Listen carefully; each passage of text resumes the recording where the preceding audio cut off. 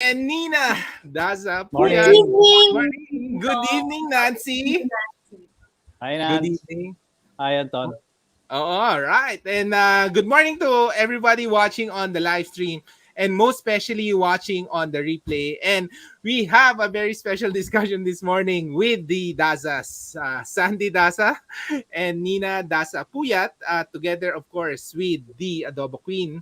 So, Maraming fans tayo ngayong I'm sure mga nanonood.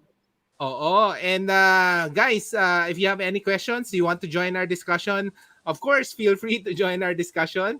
And please don't forget to share this. A lot of people watch on replay to share this to people who are fans of the Dasas. And nako, ang dami nating pag-uusapan today. And so good morning. And my name is Anton Diaz, founder of Our Awesome Planet. We're awesome live with Nina and Santi Daza.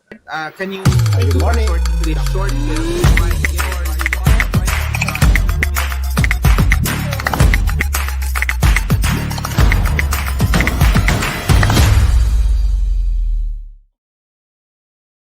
All right. So let's start with the introduction. So baka not a lot of people still know you. Can you do a short introduction? Maybe Sandy first and then Nina. And what are you guys been doing during this pandemic? Ako Ladies ito. first. Sige, Nay, Ladies go ahead. first. Oh, ladies first, Nina. Sige. Go ahead, Nina. Sige. Sige. My name is Nina Daza Puyat. I am the youngest of the Dasa siblings. And Sandy always jokes that I'm older than him, but no, I am the youngest.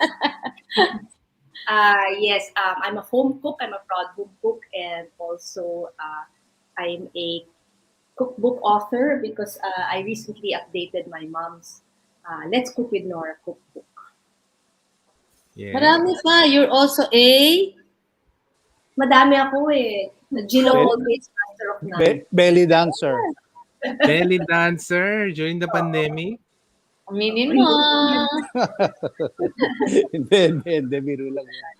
Okay. Okay, Si Sandy. Alejandro. Ako ay, sakit na, secret ko yan. Hindi, ako I have two shows on Metro Channel now. Foodprints goes around the Philippines or over the world, telling people where to eat. We have a tie-up with tourism in the last shows that we did, mga 13 shows. We started in the north. Anything reachable by car, we were trying to help jumpstart the culinary tourism through culinary tourism. So you travel to the provinces of the north. We tell you this is where you eat. The other one is a cooking show called Casa Daza. And yun, we everyday ulam ideas is what I throw the people. And a lot of people, I think, have learned how to cook. I also have a cookbook called Cooking with Sandy. That's a national also. And then I write for Manila Bulletin now. So yun. And then every night, what I do with my kids, since we're all in prison, is I cook for them. I try to cook restaurant standard food, and I surprise them every night. Something totally new, iba ganyan. So that's my trip. And there's nothing more joyful than to see your loved ones enjoying the food that you cook. Miski walang bayad. You have restaurants also, di ba? Wala na, nalugi ang restaurant ko, dalawa. So okay na. Okay, grabe. Dalawa. Pero ganun talaga. But my empanadas doing very well, by the way, in Siopaw. So yun, marami ako naloloko doon. Okay, Nance, ikaw na una. Mauna ka na. Syempre, unahin ko muna because one thing that is common with the three of us is the Nora Daza magic. And they are the lucky children of Nora. So, how was it living with Nora how did she form your culinary DNA? Whoever wants to answer first. Nina, go ahead. Kasi ako I'm the youngest, so by the time I was growing up, she was already a restaurateur. Hindi ko naabutan yung phase niya when she was a cafeteria manager, when she had a what do you call this, cooking school. She was the directress of the Manila Gas Cooking School. So my growing up years were mostly in the restaurants. No, I would see her like go to the kitchen, taste the soups, the sauces, mga ganyan, and then confer with the mga waiters about service, mga ganyan. It's not really kitchen anymore because she became a restaurateur towards that part of her life. What I learned from her though is really more about kitchen testing, because I saw her when she was doing her updated her cookbook. I think she did that Galing Galing. My sister did Galing Galing also. My sister Mariles helped her with Galing Galing, which was really the Let's Cook with Nora with added recipes. There was another cookbook, I think, that she would just add and add because there were some basic recipes that are timeless. So she kept including them in her next few cookbooks. Yeah. So ang mami very magaling talaga yung sense of yung palette niya. Doon talaga bilib ako. Even if we would eat out, she could taste and say, this has this has that. And she would go home and replicate it in the kitchen. So that's something na talagang bilib ako talaga. Ako naman sa akin, I think what the influence that she had on me was because she loved to eat, she exposed us to good food. And without realizing it, it actually established the standard of your taste buds. Like, for example, I was a young boy when she opened the Vivant. It was a fine dining French restaurant in the mid-60s. I had no idea what French food was. I just remember eating the food, never tried any of the dishes in my life, but I remember it very, very good. And by the way, we had Michelin star chefs at that time. So I didn't know what it was, but the food was very, very good. And to me, that was my exposure to food. So to me, even without even realizing it, as a young boy, mataas na yung standard ko. And that became my standard of expectation in eating out and started my being curious about how to make these dishes. When did you start cooking with her, Sandy? I never cooked with, it happened one time in the late 80s, 87. My mom was running, I don't know, 3 restaurants or 4 restaurants, Manila, Paris, and New York. And one time, the secretary came to me and Nina and said, you and Nina daw, do her cooking show kasi she's going to go to Paris. Nina and I thought parang, oh my gosh, ninenervyos kami ni Nina. But you know what? We did the show and we laughed about our fears and it came out very, very well. So when she came back and heard the feedback, she also tried to be funny. Palpak. Hindi, totoo yan, di ba, Nain? So, parang, then she just went back to being Nora Daza. You know what I mean? No, because we were speaking to a different audience. She had her fan base, but then she had a contract with the sponsors, but she had to leave. So parang, okay, guys, can you take over? So parang kami ni Sander, okay. But then, we were young. So parang medyo, we did the cooking demonstration, parang we made it light and easy. So I guess younger fans connected with us and they could relate to Sandy's jokes and all that. So we also parang created our own fan base, I guess. So that's I remember one time we had a guest and we were doing I remember a fish with champagne. So siya yun nakikita ko, yung nanginginig yung lips. Pati ako ninervyos. Bigla ako napipi. Pero, you learn from all these mistakes. And, to me, I think I just learned, just be yourself, di ba? You learn to laugh at yourself or your mistakes. Yes. So, yun. I guess it came naturally sa inyo, all of you, no? All of you kids to have a culinary life. Other than anything, that was your base. Talagang you lived it morning to evening, talagang pagkain. Di ba? Kasi exposure except for my brother Bong, who doesn't know the kitchen, no? Like one time he guested in the show, I was teaching him how to make yung cookie, yung pangalan na Nine, yung basta yung chocolate chip cookie. So minix niya yung dough. Yung buong dough gusto niya i-bake. Di ba dapat dinidivide mo na maliliit? Gusto niya i-bake yung buo. Gusto ko i-follow sa kanya nun But one thing about mommy, she never believed in secret recipes. She believed in sharing recipes all the time, except recipes that were that we used in the restaurant. Yeah. But Same. Yeah. there's Same. some like everyday dishes she would share that she believed the more you know, the better for everybody. So para for me, that became my mindset also.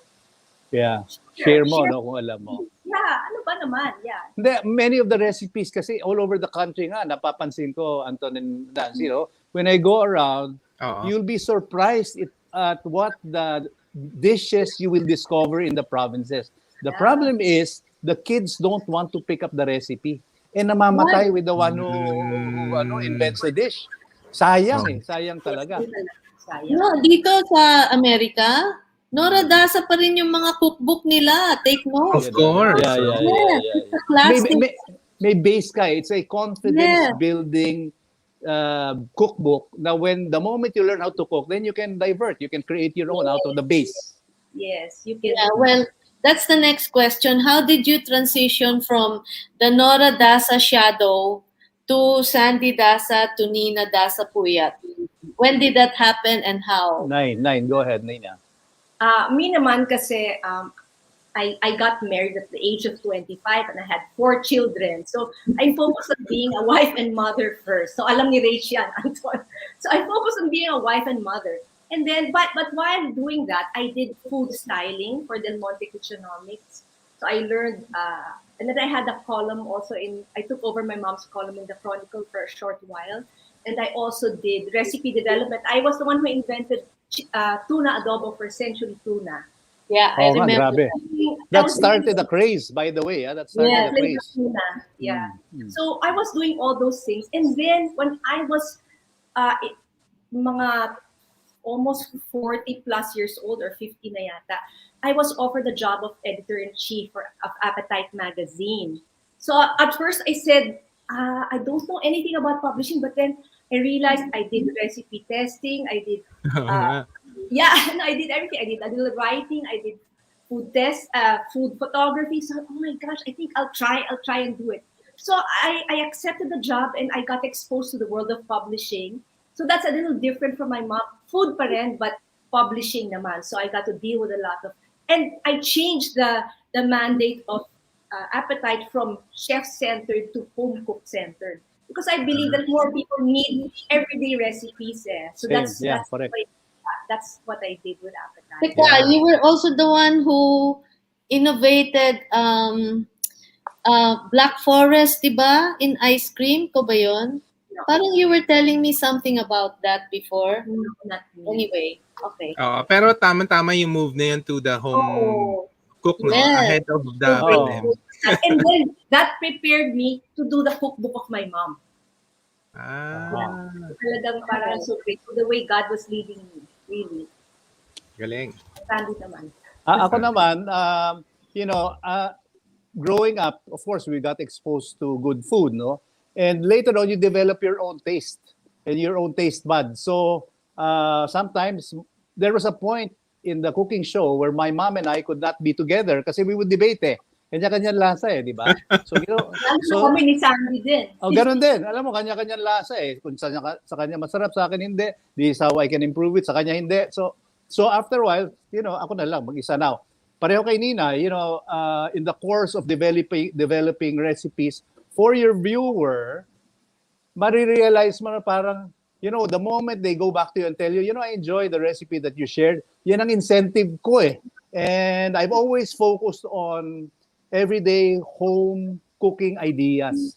Everyday ulam ideas is what I call it. And when I was working for doing Del Monte Kitchenomics, 9 years ko ginawa yun Meron silang ginagawa And I kept that in mind. Yung delicious, budget saving, easy to do, at saka ingredients are easy to find. So in all my recipes, whether you're in Manila or the United States, you will find the ingredients. That's true. I make sure of that. So I have a philosophy of surprising the diner. Everybody likes to surprise. You come up with something different, unusual, na masarap, people will love it. Basta reasonable yung presyo. Yun. Yes. And to take off from that, that's why then I agreed to do the update of the cookbook. Kasi, of course, I was scared because everybody it already loves the cookbook of Mommy, 1965, 1969. So parang why touch it? Diba? It's a classic already. But then, as a home cook then, I know that there's so many ingredients available now. that were not there before. Correct. Yeah. You know, I think we need to update, no? They can now use fresh mushrooms, we can use herbs, we can use different kinds of cheeses. Dati yung cheese, ano lang, box cheese or nasa can eh. And yung lemon was just in a plastic bottle. Now we have fresh lemon, 20 pesos, 10 pesos. So these are things that I wanted to incorporate the new cookbook. Same recipe. Oo nga, ang galing nga ng cookbook na yan eh, no? Na-release mo before the pandemic. So, Yes. I mean, we were using it throughout the pandemic. So, thank you for that. I'm sure a lot of people have been using it also throughout the pandemic. So, ang galing nga. I want to introduce Nora Daza to the next generation because there's some people who don't know her eh. Diba? Sayang naman. You think I think so? the bottom line is the recipes work. Yes. Yeah. Yes. So my son, my children's generation, they're starting to get interested. Yes. Now they're cooking more also. Yeah, my daughter shows me the posts of her friends. They're cooking from the cookbooks. I'm happy. Okay. I think my kids. So go ahead. Good. Edita Sinyan said, the best recipe in Nora Daza's cookbook are the filling of buko pie and sans rival. Wow, Tita Edith, I still have to return your cookbook. Pati yung royal bibingka. Grabe. Royal bibingka. Oh, Sandy, yung mga anak mo. Sir. Hindi, yung mga anak ko, I think they're going through the same thing that I went through, is establishing and exposing them to good food. So because of that exposure, the moment they start cooking, and slowly they're cooking also, they're establishing their standard of taste, yung quality ng food that they will be creating. Okay. I tell my kids, alam mo, hindi naman sa pag-iibang, no? But if you get exposed to good, I'll give you a very good example. When we were kids, you go to the Sari Star, ang sarap nun choc candy sa Sari Store before. But later on, you get exposed to more, M&Ms and, whatever different imported candies. Biglang, yung Sari candy is not that good anymore. Why tumaas ang standard mo eh? So, you're establishing your standard in terms of coming up with recipes na you can share with others. And satisfaction, like I say, there is nothing more satisfying than somebody who you share your recipe to telling you, ang sarap ng ginawa mong yon. I'm sure every day merong naggaganon sa iyo. Nagsasabi nun. Kasi you're in the show every day, di ba? May mga may mga nagsasabi ng gano'n niya. Baka lang nagagapuhan sa iyo. Sana. So, let's talk about I've always wanted to ask na the story nga of kasi we started this series on Filipino culinary heritage with Nancy. Kasi ano ba nangyari? Bakit at the start parang puro French ang Philippines? Parang puro French or nag-ano ba yan? And then nag-American ba? And then Filipino. What happened? And the reason I'm asking, kasi Nora Daza was really influential in shaping not only your family, probably the entire Filipino nation's palette, no? And that's why, bakit ba French nag-start yan at the start? Or what do you guys think? Paano ba nangyari yung development ng Filipino palette? Are you talking about the dining scene, Anton? Dining and, the culinary DNA ng Filipino. Alam mo, pag binanggit mo na word heritage, that means yung luma ito di ba? And yun ang influence ng mga cuisine from before to our parents or their grandparents. So yun ang exposure. When you talk about heritage cuisine, heavily influenced by what they were exposed to then. So kaya yan, marami mga Spanish, di ba? Pag sinabi heritage, more often than not, puro Spanish ang mga dishes lumalabas. Or the Spanish influence. That's my take. Oh, pero yung French, paano yung French? Kasi, di ba, you guys started with French also. And parang ang daming French also nung unang panahon din. No, go ahead, Nina. No, the way I see it, kasi, if you're talking about the dining scene, kasi before, what we considered Filipino food was pang-bahay food. I learned this from Ige Ramos. Meron kang pang-bahay food, may pang-bisita food, may if in the 60s or 70s, if you had a visitor, you'd take them to a steakhouse or a Spanish restaurant kasi hindi mo sila papakainin ng Filipino food because you thought it was not special enough. That's the way That was our Uh-huh. thinking. Mhm. But then, so parang, kasi you want to give them the best, so meron tayong colonial mentality eh. So pag imported, mas special, mas masarap. So that's why we brought them to mga Italian restaurants or European restaurants. And then I guess my mom realized that French was not really that common in the Philippines in the 1960s. So she wanted to bring something that everybody was impressed with. Diba? Alam mo, may nakita Lalo na akong pag friend. pag hindi mo ma-pronounce na French, mas mahal. Very impressive siya. Mga ganyan. We had Chateaubriand Bernays sauce. Parang it was so impressive. Wag lang yung mga FNPs, ano? FNPs. Hindi, pero alam mo, I went to a French restaurant in Davao before.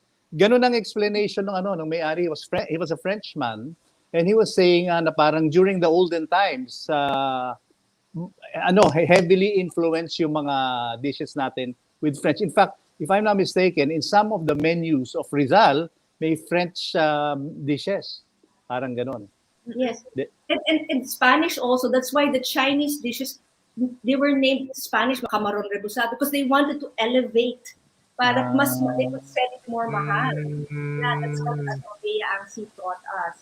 And also, kasi hindi ba ganun tayo nung may pagkaano dati? Hindi natin na-realize masarap. Alam natin masarap, pero we never really, shared it with other people, or we never really talked about it. You know when that changed to me is when we had the Philippine restaurant. Yes. Most of the diners, siguro mga 90, I'd say 90 plus, 95 plus % were fine dining French diners. Hello, Anton. Oy, Herb, Albert. Anyway, hindi niya alam, tinira na natin si Bobby. No, anyway, when we I was a waiter at that time, and when the French, these people would sit there for about 3-4 hours, talagang, and with wine, and have our Filipino dishes. Appetizers were sinigang ng sugpo, lumpiang sariwa, yung crab a la creme, kuhol, yung escargot with binagoongan sauce. And the French would flip when they tried it. Tapos main dishes namin, lechon kawali, caldereta, chicken pork adobo, lamb caldereta, with taba ng talangka sauce. Pag natikman ng Pranses, talagang napapasayaw sila sa sarap. Now, our desserts, sometimes we would have fresh mangoes. Pag binitawan nila yung mango natin, puti yung buto dahil ginagawang harmonica yon. And then, di ba, siyempre, complete meal sila. Meron silang konyak, di ba? Lambanog is what we would serve. So to them, it was a beautiful experience. And you, as a Filipino, when you hear and see the reaction, that's when I realized, masarap ang pagkain natin. We have something to showcase to the world. It became the top 2 Asian restaurants in the whole of Paris. Number 1 was a Vietnamese restaurant called Lenem. Second was Ozil Philippine. Hindi ka ba mapaproud doon, di ba? Of course. This was 1972, when my mom opened Ozil Philippine, 1972. So the French did not know anything about the Philippines. Ang mami ko nga nagpapatintero sa mga customer, naglalakad sa mga, para pinipilit niya pumasok. But the point, in the beginning, but the point where it really turned around was when a French, importante mga writer, food writer, they invited him, si Jacques Morlaine. He wrote about it. Biglang, boom, 2 weeks, you couldn't eat in the restaurant without reservation. We were only open in the evening. Up to this day, naaalala ko pa yung phone number, Season 33, kasi tulog kami. Biglang narinig na magre-reserve yan. Season 33, 18 633 1859. Yan ang restaurant namin. De la part whose name, combien person, lahat. So yun. Kaka-proud. Actually, she said, nagustuhan din ng mga French yung paksiw. Yes, yes. Paksiw. Alam mo, surprise the diner with something with dishes with ingredients they're not familiar with. Magugulat sila. Anyone. Meron ba sa inyong nag-French cooking at the start? Ako. After her French cooking? Or diretso na kayo sa home-cooked Filipino ulams? Ako, I went to Cordon Bleu on my own at that time. Yeah, me too. And courses lang ako. Okay. Courses lang naman, yeah. Yeah. Was it Okay. was it hard to pass her standards when you would be cooking, or sabi mo nga meron kayong debate? I wasn't, there were times that I would consult kasi she lived with me at home until she left, no? I would go to her and ask and pick her brain. I mean, para kami encyclopedia rito, di ba? May Google ka rito, Ma'am, what do you think I can do with this? Da. But in the end, taste buds ko gagamitin ko because sometimes up to this point na nung nandito pa siya, pag nagte-taste kami, hindi kami nag-agree sa lasa, I have to use my taste. Restaurant ko eh. Di ba? So yun. Okay. Yeah, going back to Ozil Philippine, I was going to say that wala pang social media noon, but we had our restaurant was full because of word of mouth. Every summer, kasi we had the restaurant had a garden which would open to like outdoor dining, and that was rare to have that in Paris. So we had another 30 extra seats during the summer. Punong-puno kami. Lahat kami ni Sandy, si Stella, may si Jumales, we all work. Ako sa bar, minsan kahera, minsan si Sandy, minsan dispatcher, minsan cook, minsan waiter. All of us got exposed to that, and we saw really the way the French reacted to our food. And it made me actually parang, wow, sarap talagang pagkain. And my mom knew that from the start. She knew that that's what she wanted to show the world. Can you imagine? So, and that was in the culinary capital of the world. I mean, really, it was daring of her to do that. It wasn't a small restaurant na parang lang turo-turo. It was a beautiful, elegant restaurant na table. Nakabarong lahat yung mga waiter. Oo, naka-tablecloth, kapis, chandelier. Galing with candle, talagang elegant. My mom is very ayaw niyang inaapi, gusto niya na ina-impress sa kanya. So she would always dress nicely and parang feeling niya talaga she's the representative of the Philippines. Hey, 50 years na by 2022. Ang Sabi mo, 1972, mag-50 years ang Obon. Siguro you should do something. I wanted to mention this also. When I was studying as a student in New York, upstate New York, she opened the Philippine restaurant called Maharlika. At that time, Marcelo noon eh. And they wanted to promote the Philippines. So what she did, not necessarily to make money, but she brought the best cooks we had, wrote up a very delicious menu, brought the most good-looking waiters and waitresses. Tapos in the evening, we had bayanihan dancers. Pag hindi ka naman at saka ito, mga model, many of them were models of Pitoy before, so they would be doing bayanihan dance and lived in New York. So we were out to impress people because through our food and our culture, and we did. Became top 50 restaurant of New York, yung Maharlika. Yun ang trabaho niya noon at that time. So, parang wow. Galing, no? Galing. No, thanks for sharing the story. Siya yung tawag, siguro ang tawag ng kabataan, original gangsta. OG. In terms of promoting Filipino food. Pero what really happened? We're still continuing to promote. I know that was a really glorious period. No, we're still continuing to promote Filipino food. What do you think happened throughout the years? Ako sa tingin ko ganito eh. You go. The difference between our Filipino, but a lot of our Filipino dishes, when cooked properly, can be very, very good. Okay. It's just that this is my own take. No, a lot of the dishes that we have are heavily influenced by Spanish. Now, to me, a foreign diner, when they have a foreign cuisine and they have a dish with ingredients they're familiar with, it's not too exotic to them. For example, caldereta. Sarap ng caldereta natin, no doubt about that. But it has tomato sauce. Sometimes it has cream and everything. So it's not that exotic to them. But if you give them dishes with ingredients they're not familiar to them, that becomes exotic to them. That becomes a surprise to them. That becomes local. For example, sinigang natin, tinan mo na ginawa ng sinigang natin. In the world, di ba? Top soup of the world. Bigyan mo sila ng sisig, inasal. Yan, popular. Sisig. Diba? Yan, yung mga ganyan. Basta ito mga dishes, puro local ang ingredients. Bigyan mo sila ng sinampalukan, palagay ko masisira ulo nila pag na-try nila yun. Di ba? Yeah. Yun ang analysis ko. Ikaw, Nina, ano sa tingin mo? Ako naman kasi, I just remembered, ang mommy ko naman before, she kept harping on that the influences of the Spanish and the Chinese in our cuisine. That's what she thought was unique kasi East and West. Hindi siya masyadong regional Filipino pa noon. Although she did visit like Bacolod and all that, and she enjoyed all these mga local dishes. But from my recollection, hindi pa siya masyadong ganun ka, yung talagang district na Filipino. Yeah. Yeah. In fact, she would play that up in the restaurant in Paris. Kasi she would say, oh, this is Spanish influence because they lived in the Philippines for 300 years, or they colonized us for 300 plus years. So that's what she would always say.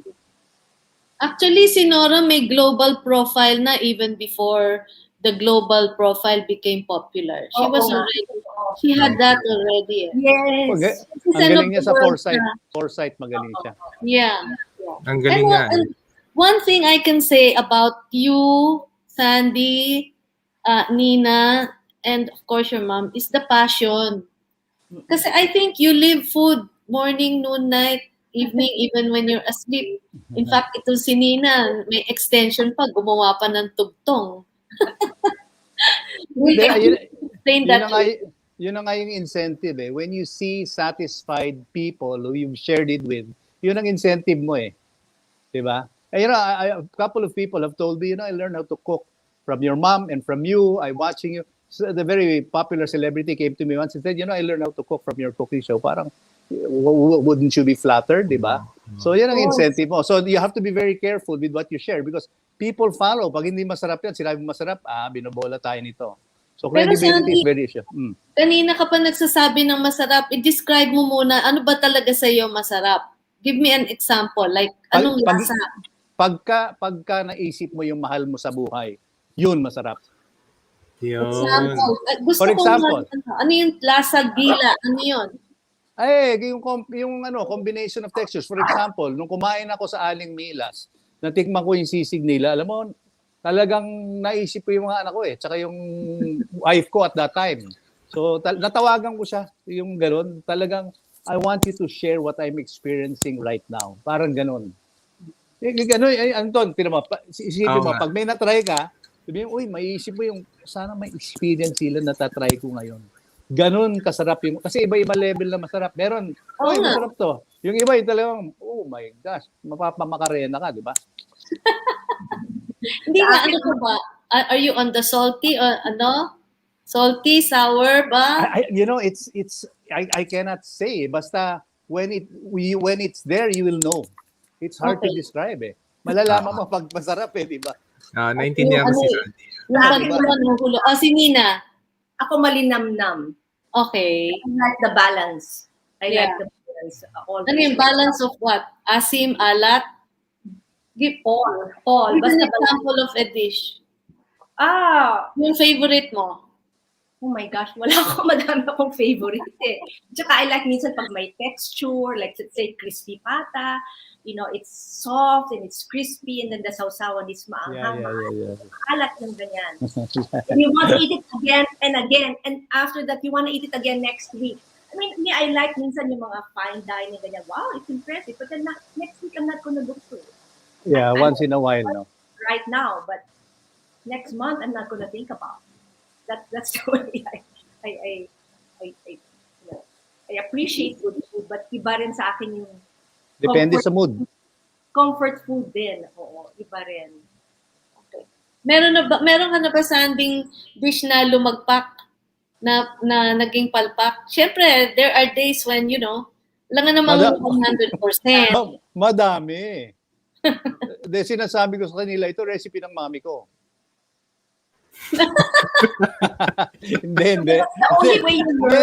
Alam mo, sa testing, marami, tigim ka ng tigim. Palpak ito. Yes. Kami ni Nina nga on cam pa nga Pagbuhos namin, natuna, niluluto na. I don't know if you remember that. Parang cut.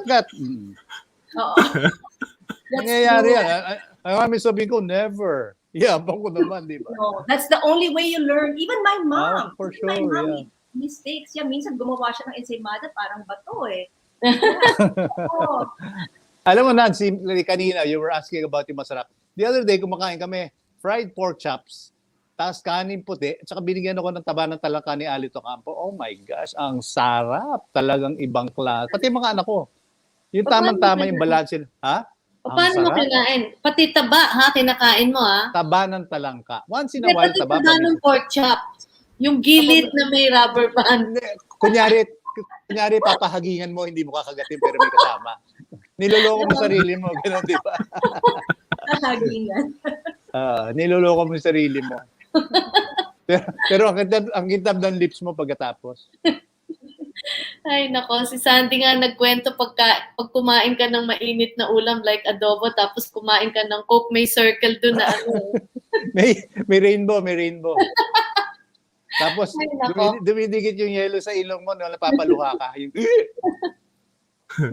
Ay, nako. I think one of you, one thing you got, you guys, even through I wouldn't say through the colorful life, because she's a celebrity, right?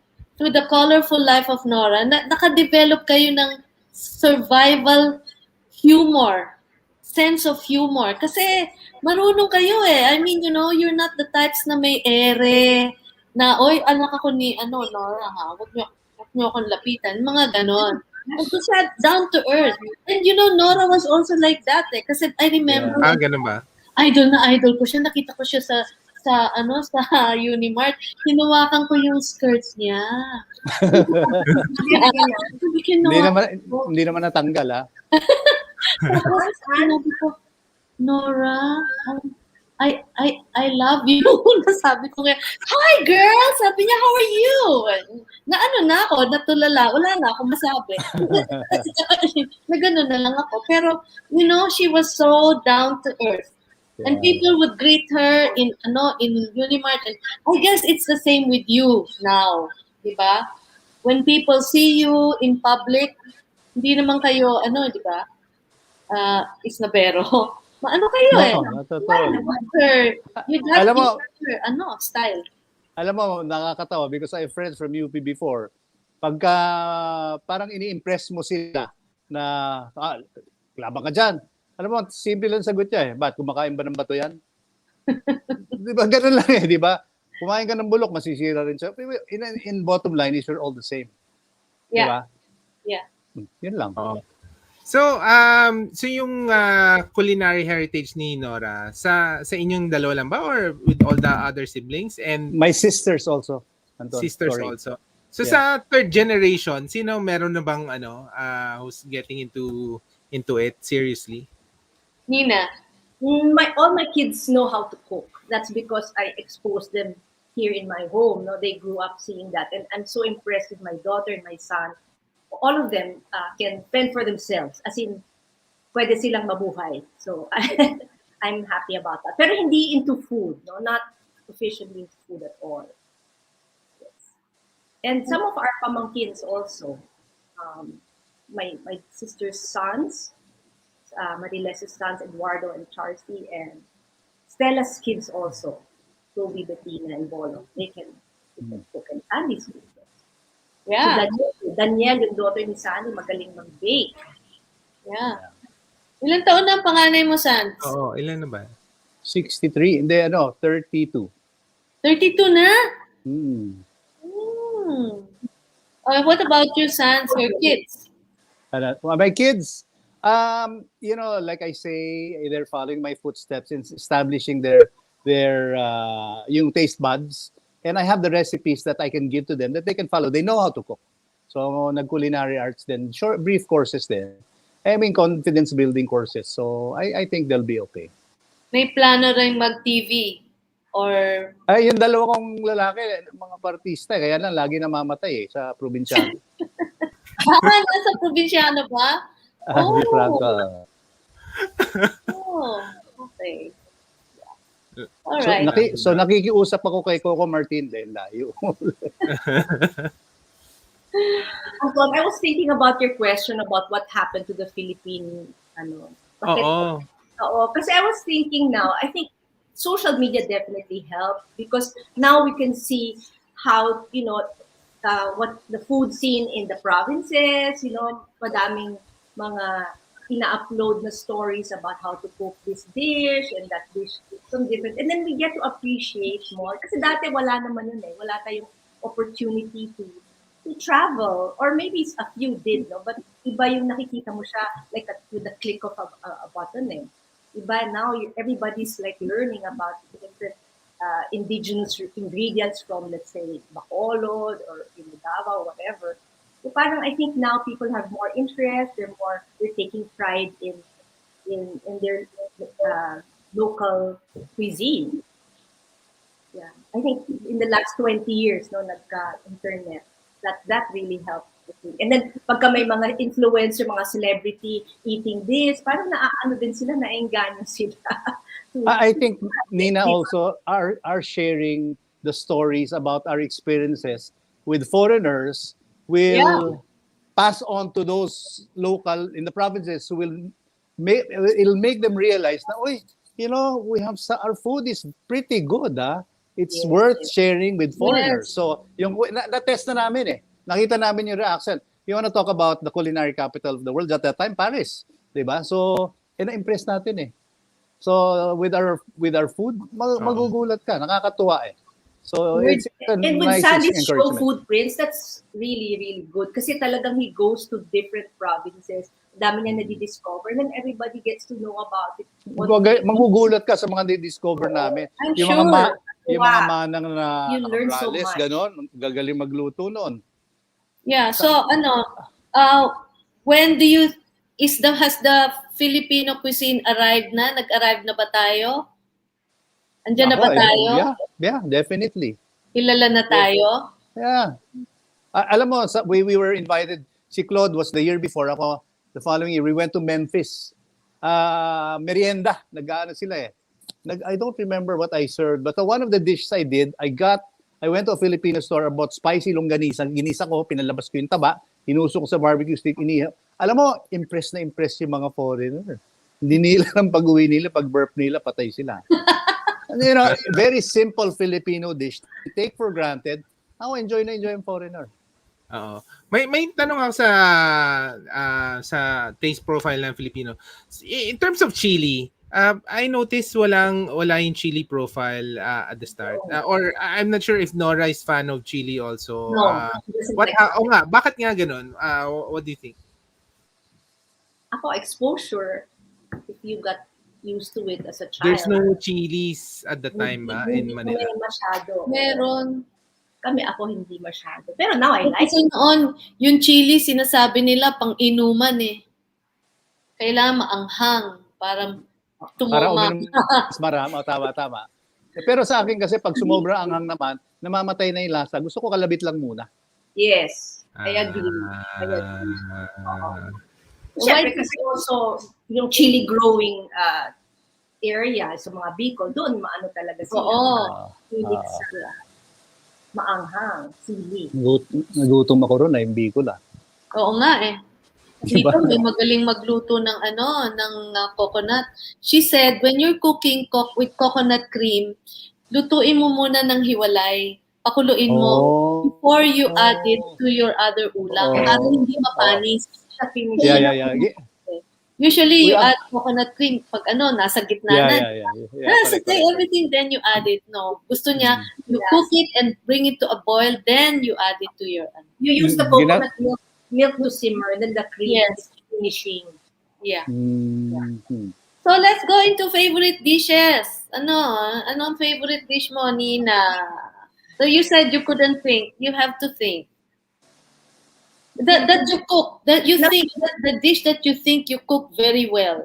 Or your parang your kids would rave about at home. Bragging rights to, bragging rights. Iba-iba eh. Kasi lalo na in this pandemic, I try to make iba-iba eh. Wait lang. Ano ba? Di mag-name ka ng mga 100. Kasi growing up to us, my lola's paella was the most parang special because we only had it on Christmas Day. So even ingredients like olive oil, my lola treated that bottle like a bottle of perfume. It was so precious eh. Di ba? Pero ngayon, ordinary na. Kaya minsan nagpapaella ako kahit na weekday. Basta I have clams and mussels, I make paella. So that's something I like. I like paella, I think, because it does everything. It has meat, seafood, and some vegetables already, and rice. So maybe that's one of my favorite dishes because it Who was also the Lola? Lola who? Lola Daza, the mom of my dad. Oh, Mm. from what province? The mom, she's from Samar, but she learned from a Spanish lady. So ang influence din niya mga Spanish dishes. Ah, okay. Ang mga Samareño dyan, may kababayan pala kayo dito. Pero yung mom ng mami ko, didn't know how to cook.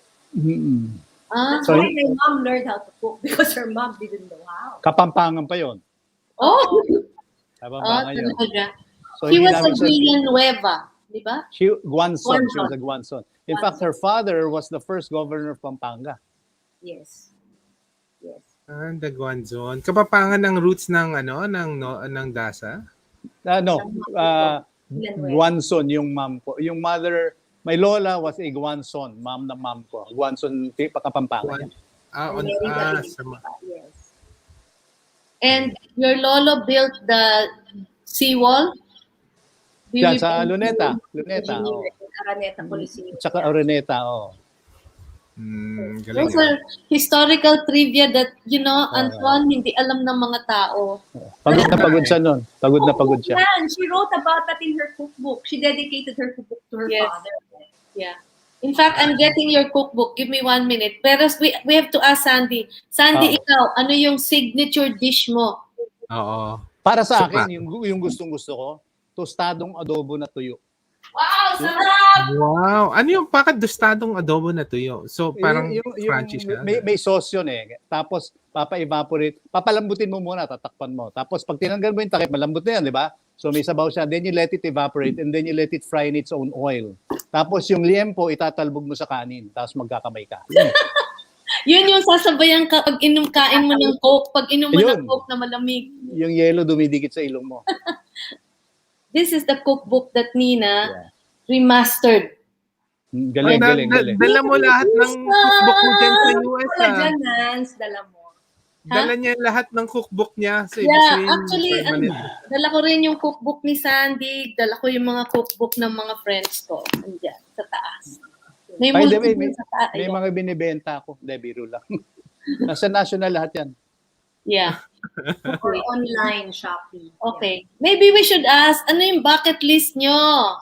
Culinary bucket list. Meron pa ba? Pero bata ko yung mga yun eh. Alam mo, ang dream come true sa akin before, Japanese food. Ang mahal ng Japan, di ba? Tingnan mo kung paano ako blines ng Panginoon ko. Binigyan ako ng food show. The Japanese government came here and said, we want to promote unknown places of Japan. Na-assign yung cooking show ko, yung food show ko, yung Foodprints, to go to, we did 6, kami ni Nina, kasama ko si Nina doon. We did 6 one-hour shows in Japan. May kasama kaming entourage, yung mga Japanese, they would tell us where to eat, sometimes fine dining, sometimes hole in the wall. But the best Japanese food you've ever experienced, for free, para sa akin. Then, when people saw that, people came to me and said, I want to try where you ate, and then the travel agency came to me and said, you want to lead a culinary tour? Sabi ko, sure. So I've done so many culinary tours. Siguro mga 20, 30 already. Wow. That is a dream. Yan ang blessing na tinatawag. Okay. And more of that. Is that what you want? More of that? For sure, pag nataas ng pandemic. Yung kine-question na nga ako, ang dami kong visa, hindi visa, but yung stamp sa Japan. So parang, ba't ang dami kong hindi, di ba? So, yeah. And what's the next country you want to visit? Spain ako eh. Yung San Sebastian. I've never been there. I thought you were there already. Akala ko we were Madrid and Barcelona kami, pero I've never been to San Sebastian. Oh, wow. Yeah. Wow. Sama tayo, Nancy. Oh, sige. Tara, let's go. Yeah. How about Nina? I want to go back to San Sebastian also because we were there 2 years ago. I want to explore more and I want to go to New Orleans, to US then. I want to try the mga barbecue that we see on TV. Bumalik na ba si Ferran Adria? Hindi pa. Sa San Sebastian? I don't know. That's not the kind of food I want. Alam mo, sorry, Ito yung tapas. I was going to mention this. Ang hindi ko na-experience was yung food ni Paul Bocuse. Paul Bocuse was, yun ang isa sa dream ko to eat in a restaurant. Kaya lang, namatay na siya. But Paul your mom Bocuse- became his friend, di ba? Yeah, Paul Bocuse I've was brought by my mom here in 1975. Paul Bocuse and Gaston Lenot. In fact, I have, pag sinabi mo, hindi ka maka-reserve sa Paul Bocuse, you mention my mom's name, pasok ka. Talaga? Yeah, my friend did that eh. So nakapasok siya. Wow. So, wala na si Paul Bocuse. Galing. I love the stories, ah. Oh, yes. Kasi si Anton, pinakabata sa atin. Kaya Kailangan ikwento, makarelate siya. ipason mo. Oo. Yung mga mga oral traditions. Mga oral Yes. that That have to be recorded. In fact, Oo. Anton, your brother, was with me when we did the first show, Foodprints, sa Ilocos. Oo nga, yes. Oh, yeah, correct. yeah. Oo, Naikwento sa akin yan. Successful yan na show na yan, di ba? Yeah. Alam yun. May kapatid ka pala, Anton, na ano? Oo, yes. So, wow, galing. Maybe, Nance, anong gusto mo? Baka pwede natin marinig si Nina. Ano bang... Nina, tugtugin mo yung tugtong. Maybe can you introduce it first? Oo. Okay. Kasi I wanted to express my love for food. And I thought one day, I thought of writing a Tagalog poem. And then, so I started writing. I said, no, parang weird naman kung it's a poem lang. So I thought of making it a little more fun. So ginawa ko siyang bugtong. So tinawag ko siyang tulang bugtong. So I just tried. And then parang I got some good reaction from friends. Si Nancy, pinapadala ko yan ng bugtong. Silang dalawa ni Babang nag-guess. So, yun. So it's all about food, and the answer is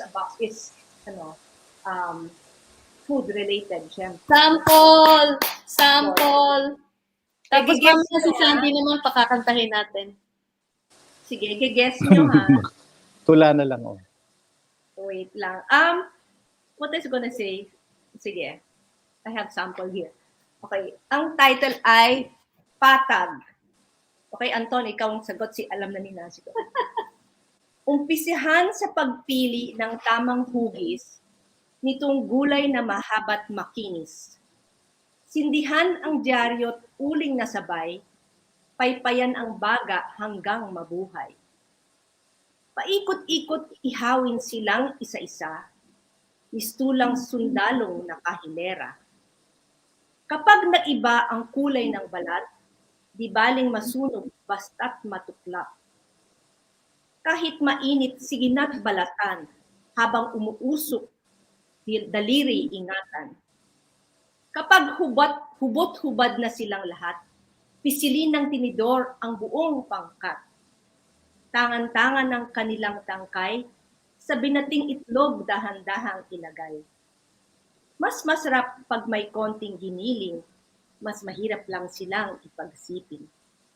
Kailangan magaling ang paghawak, ingat sa diskarte para di mawasak.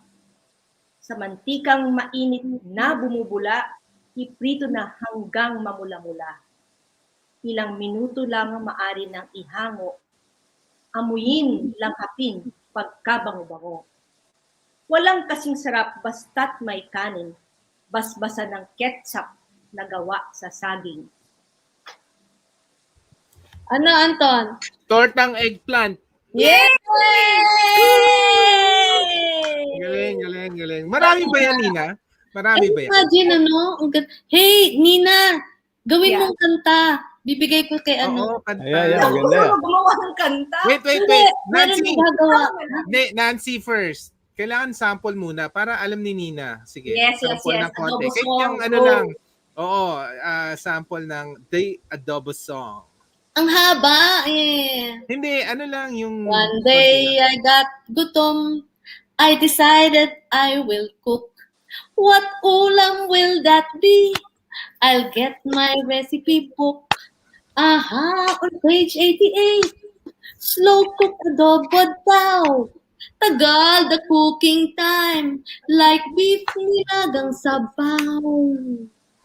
Okay lang with me, as long as it's sarap. I'll start na right away. Make handa the sangkap. Suka and toyo first. Then bawang and laurel. Dagdag the paminta.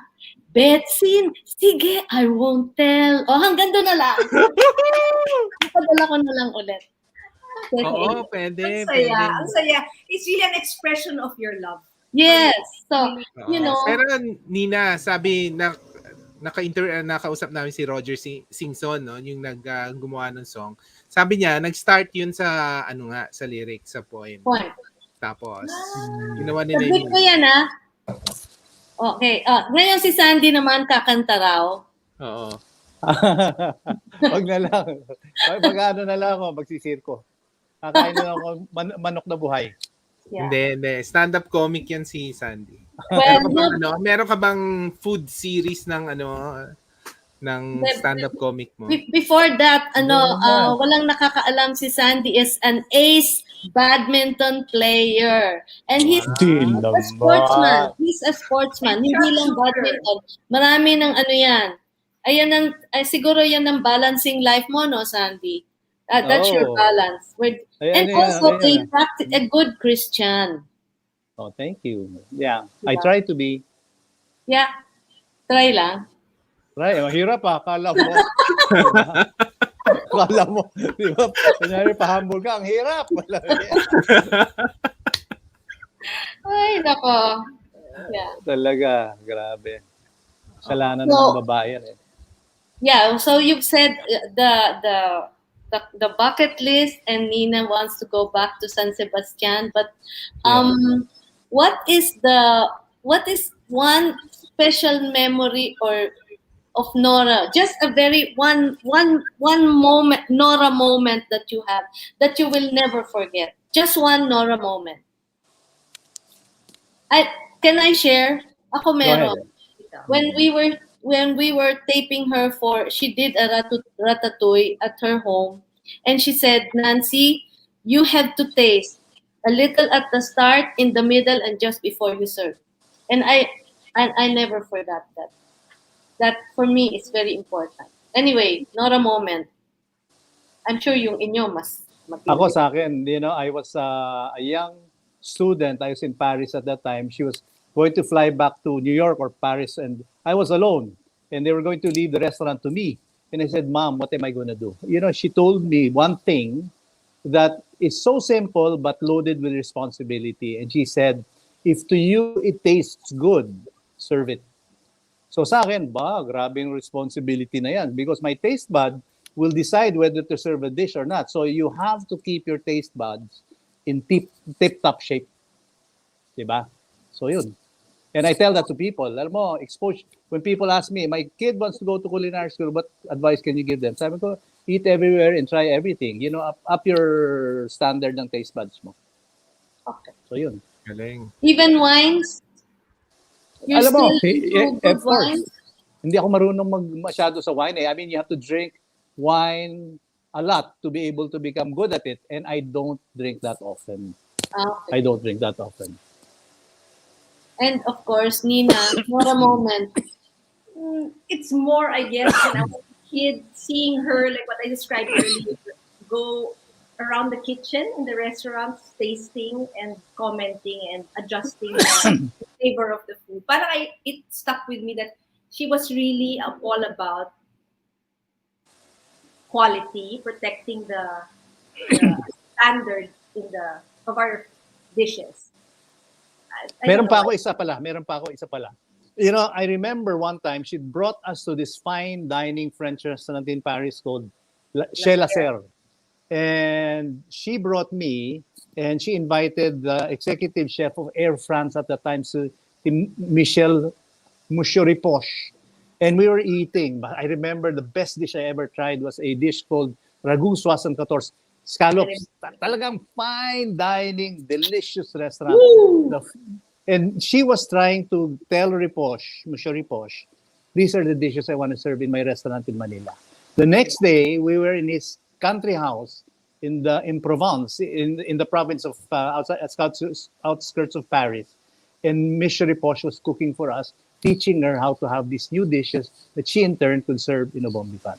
Ganun ka siya, ganyan yung passion niya talaga. Galing, ah. And it's because she wanted to share it with the Filipinos.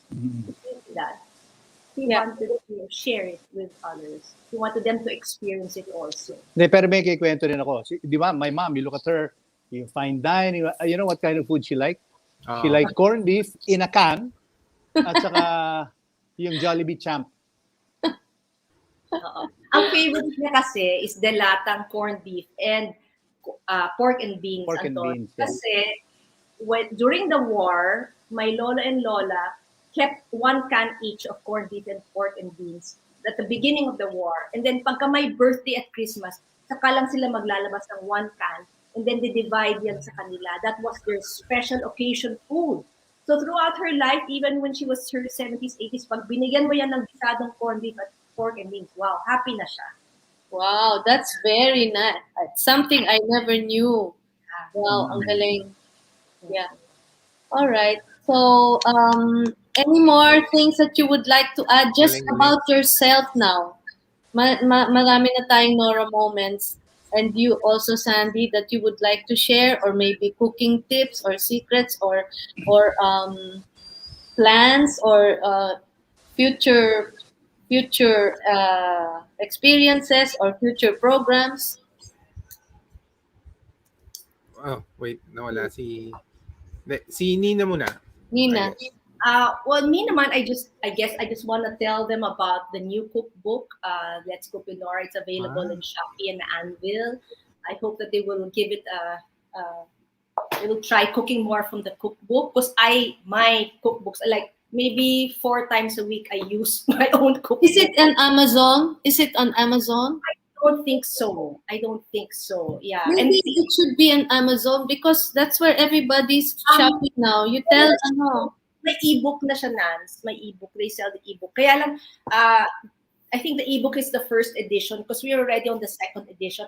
There's a few mistakes that in the first edition, sorry, like major mistakes. Like, for example, the cream puff is supposed to be egg yolks, not whole eggs. So that's something that broke my heart. Kasi ilang beses na, naman how it is when you edit a book. We went through it maybe 20 times. But still, I'm the best typo maker. And I worked as an editor-in-chief. There were still mistakes. So I feel so bad. No, but I hope that they can get the second edition because the first edition is sold out already. How many copies sold na? I don't know. I'm not privy to that. Kasi usually pag first printing, 5,000 or 10,000. Siguro. Yeah. I'm so grateful. And I hope that the younger generation will get to know and trust the recipes of Nora Daza. Is that a family property now or just your own? It still belongs to the heirs. Okay. Yeah, kasi she has pang 25 printing na yung kanyang original, di ba? And still going or wala na? Yeah, I don't know. Basta my mission really is to share more recipes. I also have a column in One Mega Group and for the bulletin also. So I also use those 2 avenues to share recipes of my own. Okay. Alright. Galing. Nawala si Sans eh. Sandy!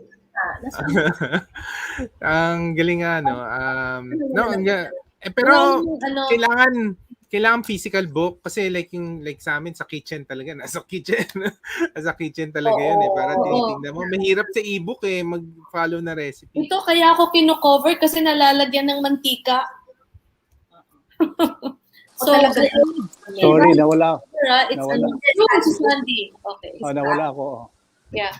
Sandy, any future plans? Tutuloy mo ba yung culinary tour mo as a guide or something? Oh yeah, for sure. Alam mo, 2 things happened during this pandemic eh. Yung iba, kailangan kong mag-ipon ng pera. Yung iba naman, my gosh, I might as well enjoy. So, ang dami nag-aantay. Pagka nag-start itong food tour ko, naku, ang daming sasali, sigurado. Saan? So, okay. Japan. Oh, wow! Alam mo, nagulat din ako, Anton. I just came from Ilocos. You'll be surprised with what kind of food I found in Ilocos Norte. Magugulat. Kami na-try ako. dinugo ang pansit na tuyo. Oh my gosh, ang sarap. Kwento mo. I was in the restaurant of my friend. I was in his hotel, si Eric Farinas, basketball player ng Ateneo dati yan. His restaurant is called Eagle's Nest. And he served me a dish called dinuguan pansit. I've never tried that before. Ang dinuguan ng Ilocos, norte, tuyo So medyo dry siya, lampi ng konti. Nakapatong sa ibabaw na bihon yun. Tapos may parang alam mo yung bocheron, yun ang chicha. Ang sarap talaga nung pagkain na yun. Hindi ko makalimutan. Tapos meron siya binigay din sa akin na pares, na beef dish. Ang sarap din. Grabe. Tapos yung mga empanada, typical doon yan Pero meron din crispy ngayon na bago doon. Tapos we were driving along the road. Nakakita kami nag-iihaw ng nung pusit. Tapos yung sukang Ilocos na maanghang. Oh my God. Tapos yung Pasukin Bakery, yun kasi mga 80s. Oo, yun. Dumaan kami ron minsan, Nancy, gutom na gutom kami nung kaibigan ko Nakakita kami, bumili kami ng yung medyo anis-scented yung Anton yung bread niya, parang pandesal na malambot na. Tapos umorder kami ng Vienna sausage, a true orange. Naku, I recreated that when we did the show there. Talagang hit the spot, gano'n. Oo. Yun. Nakaka-relate ka ba, Anton?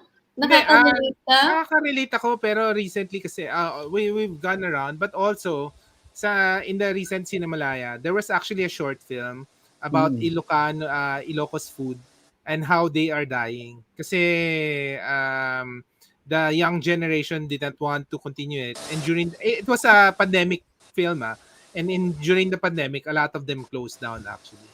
So and kaya nga, and some of them rely on yung mga biyahero going to those areas. So, sabi ko nga, after this pandemic, yan ang unang-una, Ilocos. Ay, magugulat ka.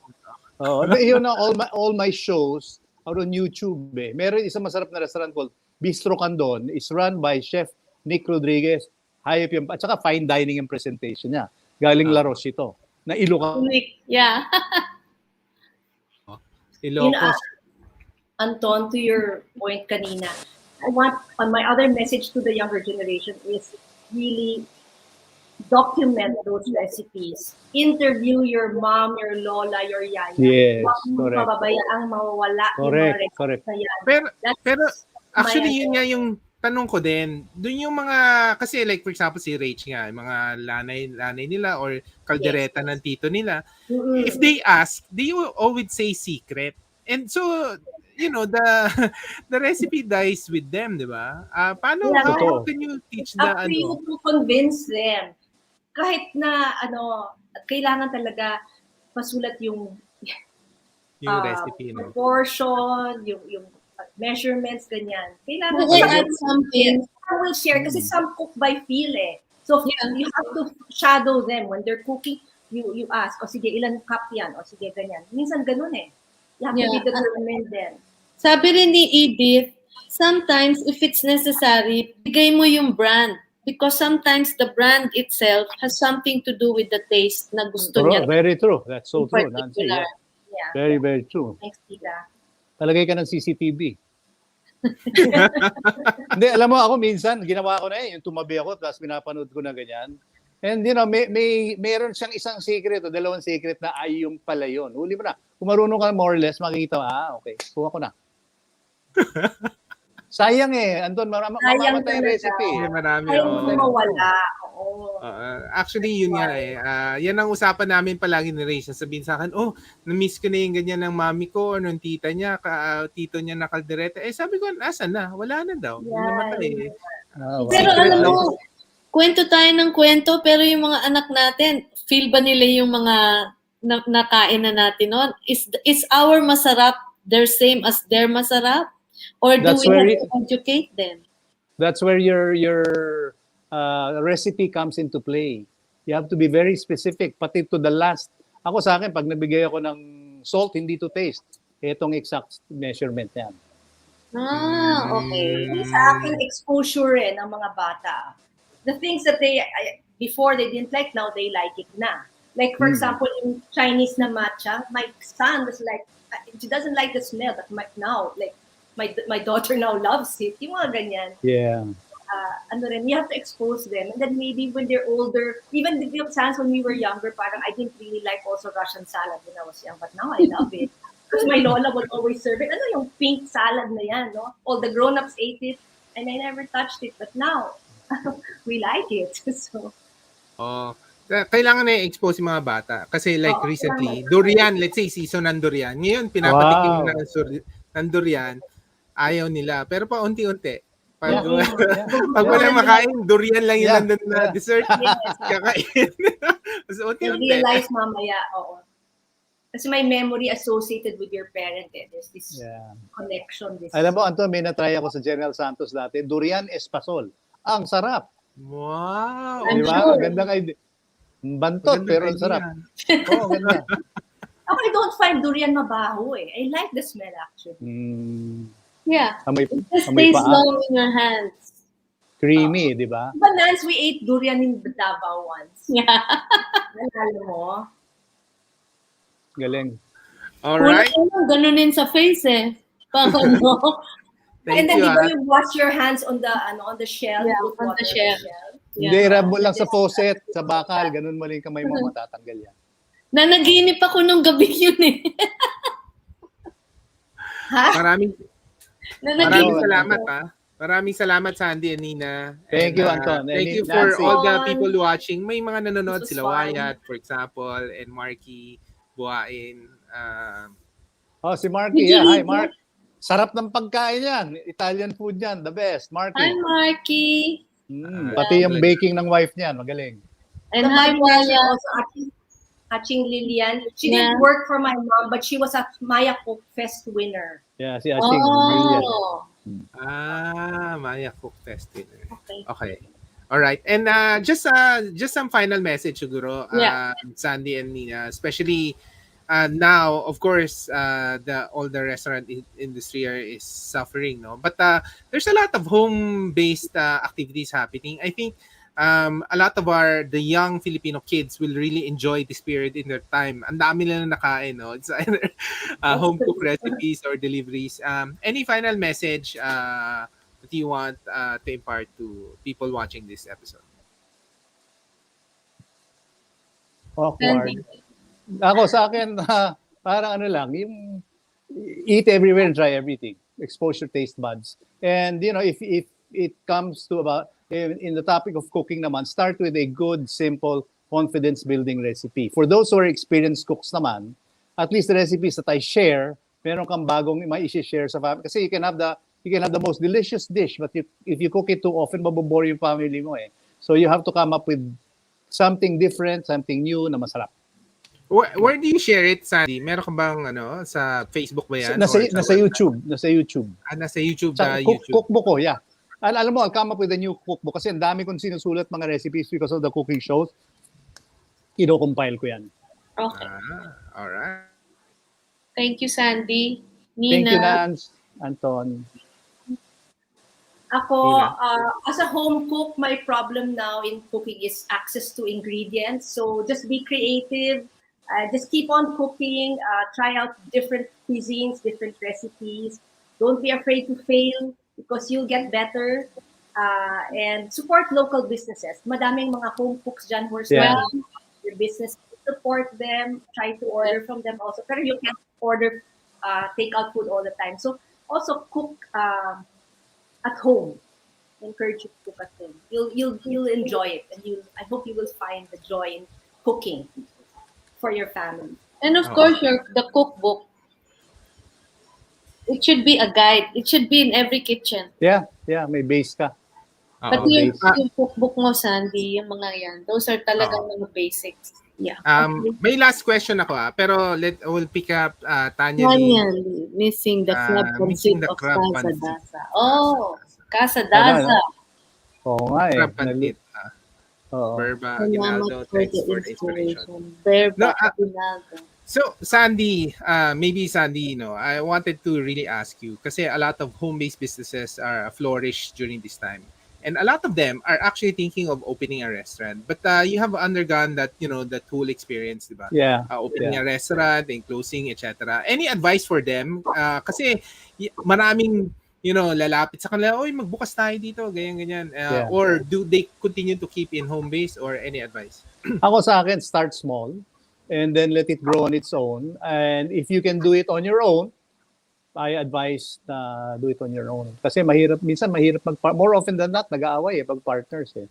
Right now, I'm blessed because my partners are extremely kind. So, we're okay. But it's not easy to work with other people, especially, alam mo, may partner ka, ibang taste buds din yung dalawa. So, if you can start small, where you are right now, and then let it grow a little bit bigger, but don't jump into a restaurant. Hindi ganun kadali ang restaurant. Are there certain locations that work? Basta high traffic area yung nadadaanan, because you put yourself, no matter how good your food is. Sa akin, ito experience ko, pag hindi nakikita ng mga tao, nakakalimutan ka eh. You have to remember, like for example, sabihin ko sa Anton, what do you want to eat today? Iisip ka eh. But if I show you a list, sabi, this is the one this jumps out to me. Same with the restaurant. Every time you pass by the restaurant, oo nga pala, no? Nandiyan siya. Then, yun. So it's location. It's very important. Should people look for a middle class market or the upper class na willing to spend? Ako sa akin, there are 4 classifications of a market. A, B, C, D. A to me, very expensive, maliit ang market. B, a little bit bigger, a little bit expensive. D market, to me and D in E market, they'd rather get full rather than yung quality ng food. Para sa akin, ganun. Now, C market, they don't mind paying a little more basta your food is good. Now, if you have a good C market based on your price, A and B will come down to you. Okay. That's a good advice. Because Sandy has been in different categories of markets. I think number one, you have to have something that you have to have a bestseller. Then you identify the market you want to target. Yun. And then you start with a menu and then build around the menu. Build your kitchen, your equipment based on your menu. Okay. All right. Galing. Ang dami. Thank you. Ang dami. No, that's very helpful kasi ang dami ngayon nag-iisip ng ganyan. So, thank you so much. Thank you, Nina. Thank you. And hopefully, magkita tayo one of these days. Yeah, food trip tayo, Anton. Food trip tayo. All right. Maraming salamat. Thank you. Thank God you, is guys. good. God is good. Thank you. All the time. Bye. All the time. Bye-bye. Can you do a short